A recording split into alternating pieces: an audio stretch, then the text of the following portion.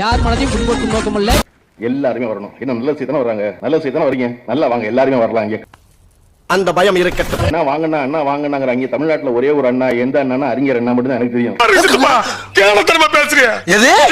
கிளி கடந்த 75 ஆண்டு காலமாக திராவிட முன்னேற்ற கழகத்தினுடைய கூட்டங்களுக்கெல்லாம் எப்படி தமிழ்நாட்டு மக்கள் நன்றி சொல்வதற்காக கூடுகிறார்களோ, தமிழ்நாட்டு மக்கள் நன்றி சொல்வதற்காக கூடுகிறார்களோ. எப்படி சார் நீங்க வாங்க வாங்க, ஏன் பயப்படுறீங்க? வாங்க, நான் அடிக்கல மாட்டேன், வாங்க.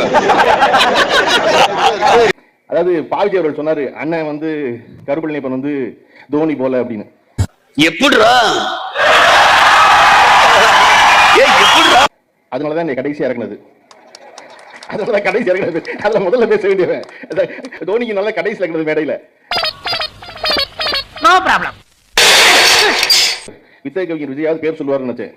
விஜய் சொன்ன பேர் எந்த பேர் உங்களுக்கு தெரிஞ்சு நினைக்கிறேன். முதல்ல விஜய் சொன்ன பேரு விஜய் இல்ல, புரியல. விஜய் சொன்ன பேரு விஜய். யார் சாமி இவன்? எங்க இருந்து வந்திருக்கான்? விஜய் சொன்ன பேரு விஜய்.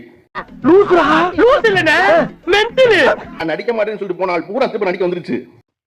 அவனை சொல்லி நிறுத்துங்களா? அவ்வளவு பேரும் அப்படி விஜய் நடிக்க வந்துருவாரு. வாய்ப்பில்லை ராஜா, வாய்ப்பில்லை.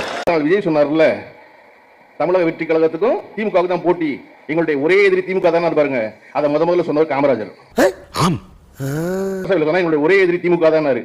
அப்ப நம்மள யாரு மிகச்சிறந்த எதிரியாக நினைத்தார்களோ அவர்கள் பெயரையும் வைத்து மகிழ்ற கட்சியான் திராவிட முன்னேற்ற கழகம். யாராது யாராது உள்ள வேண்டா கத்துறது? தேர்தலை நோக்கி அரசியலை செய்யாமல் இந்த மாநிலத்தின் நலனுக்கான அரசியலை செய்வதால் தான் தொடர்ந்து கொண்டாடப்படுறாங்க. ஆனா வெறியாயி மன உளைச்சுக்கு ஆளாயிட்டேன். அது எப்படா நெஞ்சில கொஞ்சம் கூட ஈரம் இல்லாம இவ்வளவு பெரிய பொய் சொல்ற? இந்த அரசு தொடர்ச்சியாக பெண்களுக்கான நலனை பேசுகிறது, பெண்களுக்கான நலனை பேசுகிறது. ஆலங்காத்தால உனக்கு குறவழி வரைக்கும் சோட்டா போட்டு வண்டியில ஏத்திட்டு வந்ததுக்கு உன்னால என்ன பண்ண முடியுமோ அதை பண்ணிட்ட.